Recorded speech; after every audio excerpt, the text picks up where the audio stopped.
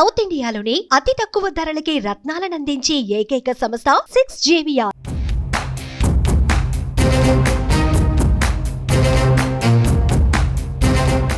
వీరప్పన్ ఈ పేరు తెలియని వారుండరంటే అతిశయోక్తి కాదు.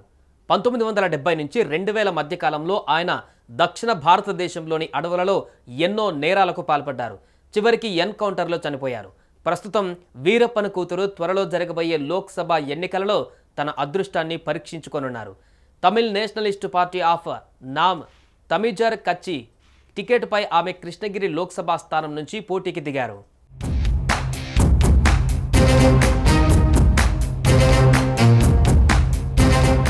బందిపోటు, చందనం, కలప, ఏనుగు దంతాల స్మగ్లర్ వీరప్పన్ కుమార్తె న్యాయవాది విద్యారాణి లోక్సభ ఎన్నికలలో పోటీ చేయనున్నారు.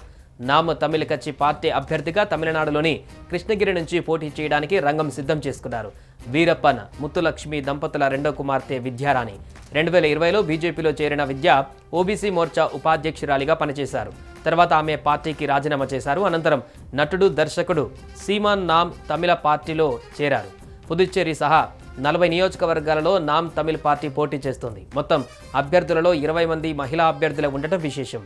కృష్ణగిరిలో భారీ మెజారిటీతో గెలిచి ప్రజలకు సేవ చేస్తానని వీరప్పన్ కూతురు విద్యా వీరప్పన్ ఈ సందర్భంగా ధీమా వ్యక్తం చేశారు.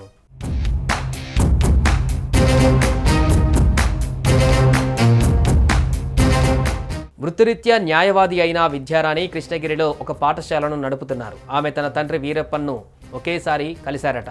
తన తండ్రి వీరప్పన్ తన జీవితానికి కొత్త దిశానిర్దేశం చేశారని విద్యారాణి తెలిపారు. తాను 3వ తరగతి చదువుతున్నప్పుడు తమిళనాడు, కర్ణాటక సరిహద్దులోని గోపీనాథంలోని తాతయ్య ఇంట్లో తన తండ్రిని మొదటిసారిగా, చివరిసారిగా చూశానని తెలిపారు.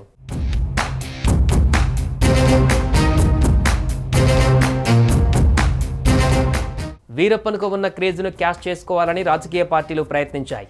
వీరప్పన్ భార్య ముత్తులక్ష్మి గత పార్లమెంటు ఎన్నికలలో డీఎంకేకి మద్దతు పలికారు. ధర్మపురి పార్లమెంటు ఎన్నికలలో ఆమె డీఎంకే తరపున ప్రచారం చేశారు. అయితే నత్తమేడు అనే గ్రామంలో స్థానికుల నుంచి వ్యతిరేకత రావడంతో ముత్తులక్ష్మి ప్రచారం ఆపేశారు. ఒక దశలో రాజకీయ పార్టీ నెలకొల్పడానికి ముత్తులక్ష్మి ప్రయత్నాలు చేశారు. కానీ అవి ఫలించలేదు. ముత్తులక్ష్మి రాజకీయాలలోకి ఎంట్రీ ఇవ్వకపోయినా ఆమె బిడ్డ విద్యా వీరప్పన్ మాత్రం రాజకీయంగా పావులు కదుపుతుండడం చర్చనీయాంశంగా మారింది.